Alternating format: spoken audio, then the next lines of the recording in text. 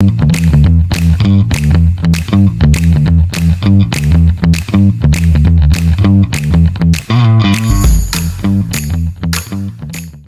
everybody, Jared with JGE Equipment, Bobcat of Aberdeen. Today we're going to have a good episode for you. We have a brand new 2025 S66 R Series Bobcat in the shop for the ACR, which is the Arrival Condition Report. And that is the inspection we do when these machines arrive from the factory before we get them ready for the sales floor and new customers. So we're going to use this machine, and we're going to jump inside there, and we're going to go through the monitor and try to cover as much as possible. So hang on and join us for this one. Thank you. Okay, so we're inside the cab of the S66, and we are going to jump into this monitor and cover as much stuff as possible, as in-depth as possible. But of course, and as always, if there's anything that we don't cover well enough, or if there's anything that we maybe miss, please drop us a comment and let us know, what you'd like to know about that specific operation, or what you'd like to see maybe that we didn't cover well enough. So we'll jump on in and kind of get started for you. Okay, so we're inside the cab of the S66. And we are going to jump into this monitor and cover as much stuff as possible, as in-depth as possible. But of course, and as always, if there's anything that we don't cover well enough, or if there's anything that we maybe miss, please drop us a comment and let us know, what you'd like to know about that specific operation, or what you'd like to see maybe that we didn't cover well enough. So we'll jump on in and kind of get started for you. Okay, so this is a brand new machine. We already do have the key activated, the push button, so the monitor is on and powered. But it is low on fuel, and we wanted to leave it low on fuel just for a fault code example. So we'll get into that, but I'm going to start on the left and work my way over. So the first one is super self-explanatory. If your machine is equipped with a backup camera, you have the ability to choose that camera and have it on anytime. And you can also push this button and put that camera to full screen. So that camera will stay full screen while you're operating this machine, which is a really nice feature. If you're on a job site, if you have, animals or pets around the farm or the home, you can kind of just leave this on all the time and have a better view of your surrounding. At any time, you can hit that to access your gauges and minimize that again. So that's really all there is to the backup camera. Now, if you don't have the backup camera selected and you put the machine in reverse, it's not running, so it's not going to do it. But as you put the machine in reverse, it's going to automatically bring that camera up and display it on the screen there. And then after a few seconds, it's going to go away. So the next one is your phone. This is pretty self-explanatory as well. So if you have a newer vehicle with Bluetooth, another piece of equipment with Bluetooth, as the instructions say, pair a device. It's a very easy process. We help new customers with this during deliveries and pickups, and it is a very nice feature to have, whether that's talking on the phone with a customer when you're working in your machine on a job site, or whether it's you want to just pair your audio and listen to your favorite podcast, your favorite music, whatever the case may be. You can do that in these machines. It's a very nice feature. So the next one is audio. This is going to be your standard AM, FM radio settings, as well as your other sources. So you can see your other sources here. That if you had something paired, these are available. If you had something plugged into USB, that USB is going to be available, and along with a few other options. So on to the next one, and these ones are where we're going to get a little bit more in depth. So the next one would be service. And that's why we wanted to leave that fuel low, so that there was a example of a fault code. We could have unplugged a sensor or something too, but this is just a little cleaner and a little easier. So you'll see here, this is an engine fault code for fuel level low. And the reason that's there is the machine just arrived from the factory, and they do arrive generally with very little fuel in them. So now, for example, if you do get fault codes and you have issues, let's say there'd be multiple fault codes, you can scroll through them, and you could, call your dealer if your machine wasn't equipped with Machine IQ, which is Bobcat's telematics, and you could list those faults for the dealer. Otherwise, a lot of times what we do is a customer might call in and say, hey, I have a fault code, or I have multiple fault codes. We'll jump on Machine IQ, we'll see those fault codes, they're also looking at them, and we can kind of pick away at them and see if one of them is caused by perhaps low fuel, low def, a dirty air filter, maybe something that can be fixed by that customer real quick, or maybe something that we can forecast parts to send a service truck to that machine right away. So that is a nice feature that they do allow you to see those fault codes. Some brands of equipment, some machines will just show a check engine light, so then that operator's not 100% sure why that's on. So that's a really nice feature that Bobcat offers on these machines, to allow dealers to support these machines a little better, a little quicker. And then if you have the ability to fix some of this stuff on your own, let's say it was a water and fuel fault code, that operator can go back and drain that water separator. So not to get too far into the weeds on that one, just wanted to just discuss the importance of that. So the next thing you'll see in there is this machine is due for service at 749 hours. So this machine has 0.9 on it. The first engine oil change on this machine will be at 750 hours or 1 year. We've talked about the importance of that in other videos. So as you do this as an owner or an operator, you can record a service. So let's say that 750 hours or 1 year rolls around. You can jump in this monitor and you can record a service. There are other service intervals that you can record as well, which would be in your service schedule. You can adjust how many hours. So if you're in severe applications, high dust, high heat, cold temps, maybe you're not going to get 750 hours a year. Maybe you're going to get 400 a year. Maybe you're going to get 500 a year. Whatever that hour mark may be, maybe you want to adjust that so that you're changing that per hour, per year, as Bobcat advises, so that you're getting that notification on this display. So that's a really nice feature. You'll see that it repeats every 1,000 hours if they're set to 1,000 hours. This would be for replace hydraulic main filter, chain drive oil for your case drain filter, and change filter, your replace hydraulic reservoir fluid and vent, that's going to be at 1,000. And here I made a slight mistake there, but your chain case oil here, all of those are due at 1,000 hours. I'll do my best to keep up here and do a good job reading. I kind of stumbled there a little bit. They also clean heater coil, air conditioning evaporator, and plenum drains.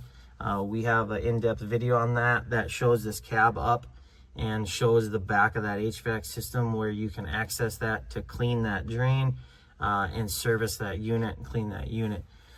So as you go on in here, you'll see it powered off there after so long. Sorry about that. We'll get it powered back up. So as you see that service schedule, pretty much that 1,000 hour mark is going to be your big service interval time.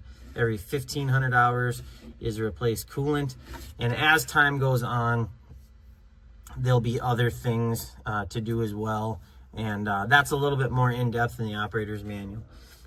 So if we go back to service, there's that fault code, for example. This is what a fault code looked like if you were using this machine and the air filter plugged, water and fuel, maybe you have low hydraulic pressure, any of those things will come up. So you can view your service records. This is a brand new machine with 0.9 hours on it, so there is no service records in there. As you record services, those will show up in there. So that's a really nice feature as well. And you can view service codes. You do not need your passcode to view these codes. So they will be in here, and it will log the multiple faults for the same issue. So as you see, we've been starting this machine to unload it and drive it around our yard, move it in and out of our building. You can see it's had multiple fuel level low, so it does warn you multiple times. So looking at the service one, that covers that pretty well. The next one is attachments. So this is also a really nice feature that is something Bobcat pioneered. Bobcat pioneered this, engineered this, brought it to the market, and this is mainly for Bobcat attachments. So when I say that, Bobcat attachments that have a 7-pin Bobcat connector and a Bobcat controller. And the reasoning for that and the importance for that is all of these attachments that are in here are attachments that are going to have a 7-pin connector, and the machine controller, auxiliary controller, and the attachment controller will connect. They will recognize each other, they will communicate, and they will give you information to run that machine with that attachment on it. So as you see this, it explains your rotate, discharge, shoot, left and right, and it also gives you some pointers and directions. Tool tips is what it's called in there. So very nice, in something that's very, very convenient to have in here. If you have multiple operators, let's say you're an owner, let's say you're a foreman, somebody calls you, hey, I need to use the snowblower, I've never used it before. Okay, jump in the monitor, go to attachments, click on snowblower, because the machine needs to know the snowblower is connected. It doesn't have to have the snowblower selected to run a snowblower, but if you have a Bobcat blower, it's a very nice feature along with all the other attachments. So if we go back there and just select another one as well, the grader is a much more in-depth attachment. There's a lot more going on with that one than there is with like a snowblower. So as you move through these arrows, it's going to tell you what these buttons do. So if it shows an arrow with the attachment implement blade moving, and it gives you an explanation of each button. Something that is a Bobcat exclusive. This is awesome technology, and it's an awesome feature to have in these machines. A lot of people don't know about it, and they might connect an attachment to this machine and just use it by pushing buttons and figuring that out. So this is a really nice feature to have. So as far as attachments go, there is multiple attachments in here. Kind of go a little slower so you can get an idea of all of those different attachments. So nice feature to have. The next one is going to be settings. That's going to be the most in-depth menu on here, you could say. And we'll try to go through these as best possible, but also as quickly as possible. So if we do miss something, let us know if there's anything you have exact questions on. So display settings, you're going to have your brightness in here. Auto brightness, so it kind of adapts. You can kind of see it starts to give the phone some trouble there. So this one is really nice, the day night mode. As an operator, when I use these machines, I prefer this on auto because it will switch it to that darker screen in low light, which is the night setting. So when you have that on there, you know, let's say you get in this machine at 2 in the morning, 3 in the morning to move snow, that monitor's not white, it's not shining in your face. So, you know, it automatically switches to that night mode, which is that darker mode, which is a little easier on your eyes in low light. So during the day, it's going to be on day mode, and gives you that white background, a little easier to see when the sun is shining and there's, you know, reflections and stuff in here. So you can sneak down to the clock, you can set your date, you can set your time. All of this stuff is touchscreen in this particular monitor. This is the larger monitor, and it's the touchscreen monitor. So we'll do all these settings during the ACR. We won't get too far into that right at the moment. Machine settings. So this is a very nice feature as well that a lot of people don't know about. So we will get new operators in these machines that may be coming from another brand that's hydraulically controlled pilots, joysticks. And they might say, yeah, it's not as responsive as we'd like, or maybe it's too responsive. So you can slow this machine down with a 1 and reference the turtle. You can kind of have it in the middle of the road, or you can have this machine over to the rabbit, which is going to be your fastest drive response and work group. So work group, to explain work group, that's going to be your boom and bucket and your hydraulic response time. So that's a really nice feature to have. This is a feature that you will not have with hydraulically controlled equipment. So not to name drop, but if you're in a Kubota, if you're in a Takeuchi, a few other brands that are going to be hydraulic hoses coming to these pilot control joystick controls. There's benefits to both, whether it's electric or hydraulic. We're not trying to slander anybody, but electric over hydraulic pilots joystick controls do give you these features that you cannot have with hydraulic controlled joysticks. So it is a nice feature to have. Some other brands, you have to connect to them to do this. Bobcat offers it right in the monitor.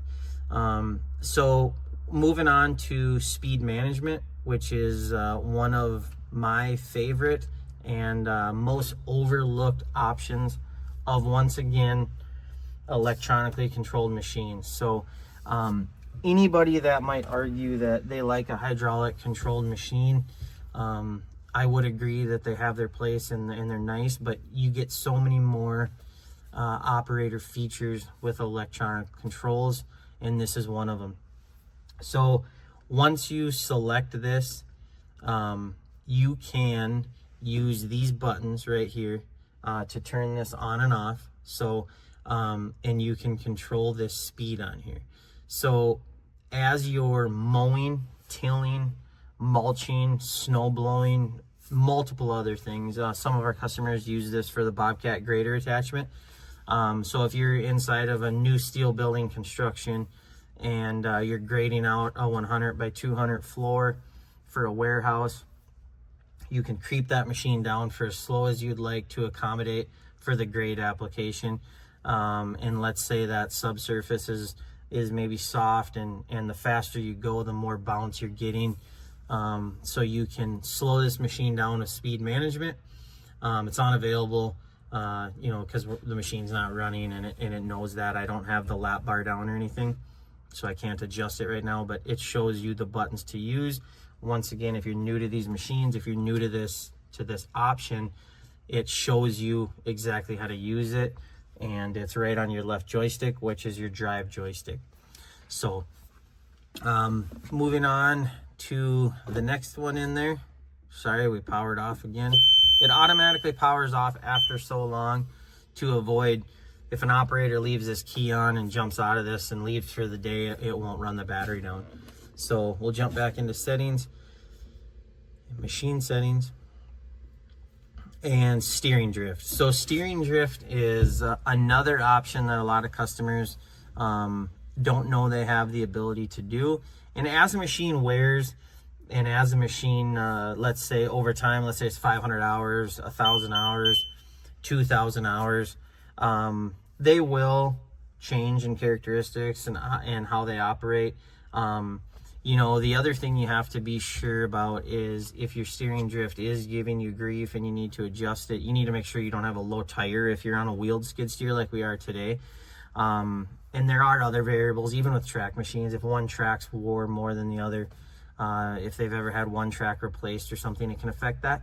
Now, where we like it in our shop, I'm a service guy, is when we replace a drive motor in a machine, we always make sure there's no contamination, change filters. We test pressures as part of the troubleshooting to determine that machine may have needed a drive motor replacement or repair. But when you get that machine back on the ground, there's a certain specification. And this is important. So if you're new to this, or if you feel like you need to use it, you know, definitely advise with your dealer, just with anything in here, just like with anything in here. But let's say we put a new drive motor in a machine, we repair a drive motor, a machine is new off the assembly line, a machine's in here for a 1,500 hour service. These are all examples where you'll need this.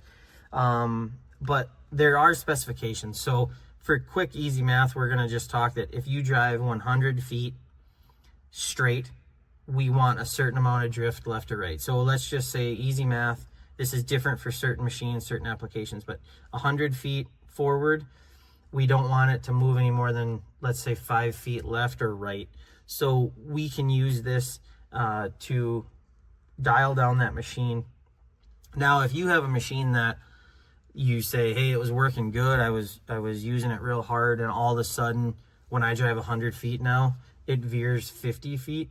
Unfortunately, this won't adjust that. It's not going to fix problems. This is for minor adjustments. So this is more of as a machine wears, as it's brought in for annual repairs and inspections. You know, you can adjust that and kind of just make sure that machine's tracking straight. So when you're using attachments like snow blowers, brooms, you know, you're not constantly adjusting that drift if you're trying to stay on a straight driveway, straight sidewalk, etc. So we'll go back to settings. The next one is going to be your factory steering drift. So that's where it's set at from the factory. Lift and tilt compensation. You do need your admin. This is going to be one that your admin password is available if you purchase a machine and you have proof of ownership. If you didn't purchase it new from the dealer you're trying to get your admin from, some dealers will handle this a little bit differently. That's maybe a different topic for a different day. But you do need your admin to do this. Your boom and bucket compensation, would probably be best done by your dealer. They're good to do at the ACR, which is the arrival condition report, when that machine's brand new. And then they can be done occasionally throughout the life of the machine, maybe as repairs are made, maybe as you hit certain hour marks, or if you have concerns that things aren't really working like you maybe thought they were in the past. So throttle mode, manual, pretty self-explanatory. You're going to use your hand throttle, or you're going to use your foot throttle to adjust that.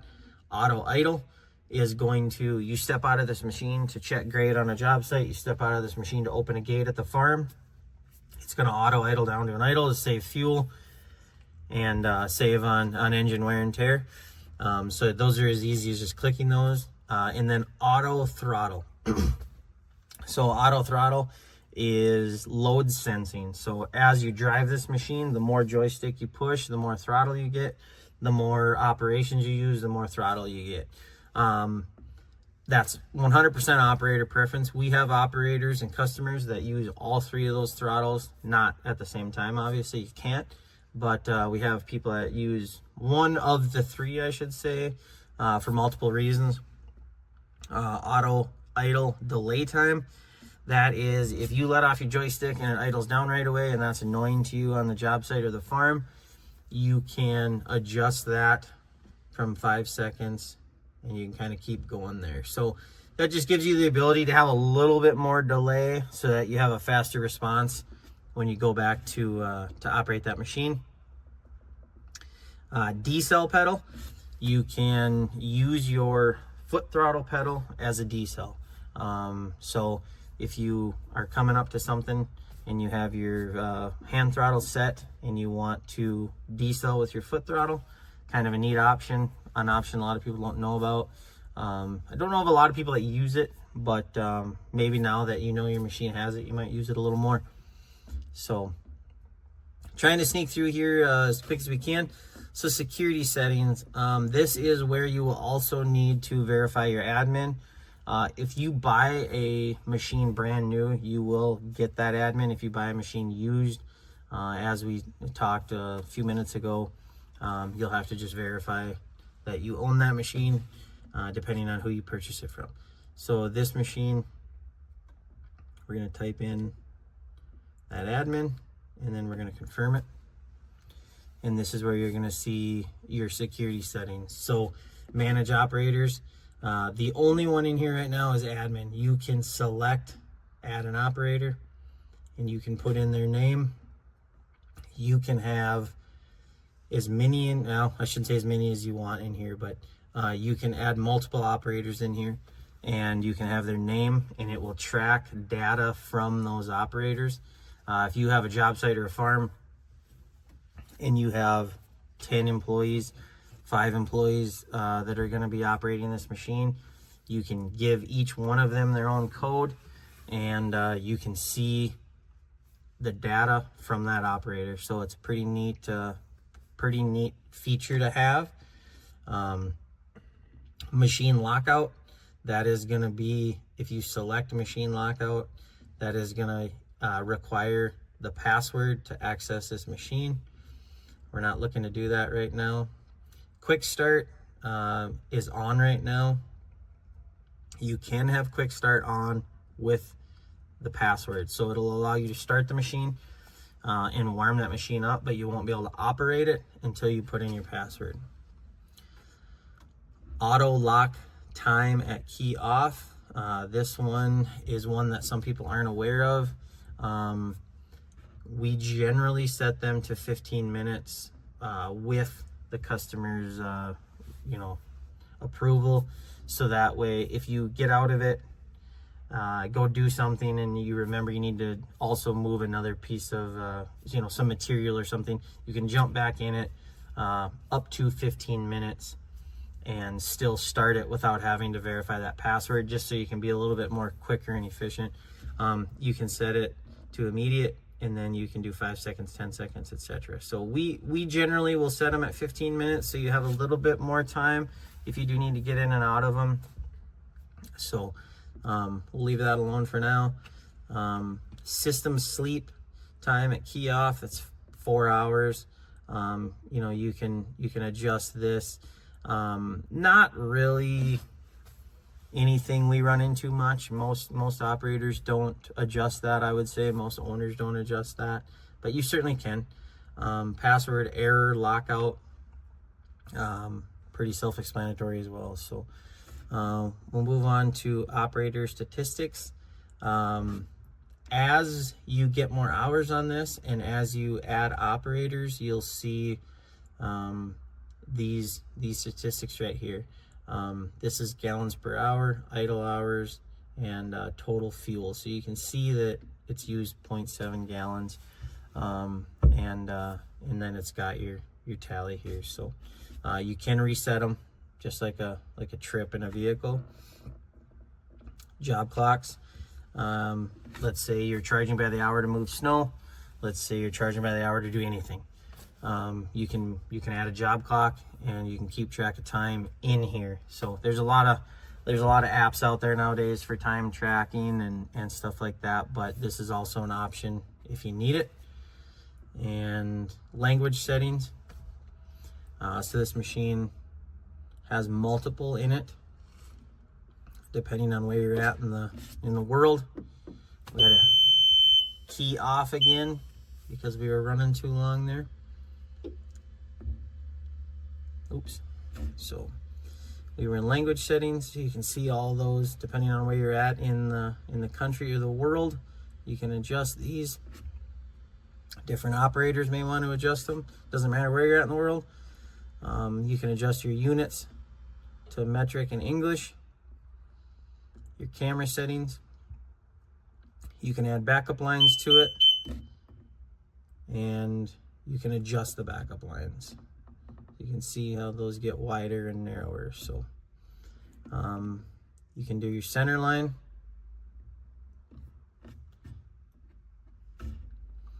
Your Bluetooth settings, we don't have anything paired. Sorry about that, but as you pair something, you're gonna have more Bluetooth settings in there, or those Bluetooth settings will show up in there. Your audio settings, believe it or not, you can control your bass, treble, mid control, and then you can balance between your speakers. Software, this is, you can check for update on this.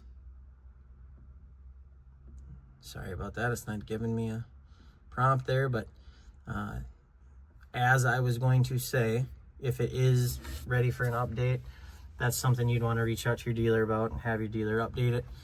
There is software updates available for these machines, which we've talked about in other videos very regularly. So, and a lot of times we get machines in for service work every, it might be 250 hours since it's been here last time, which might have been 2 months, 6 months.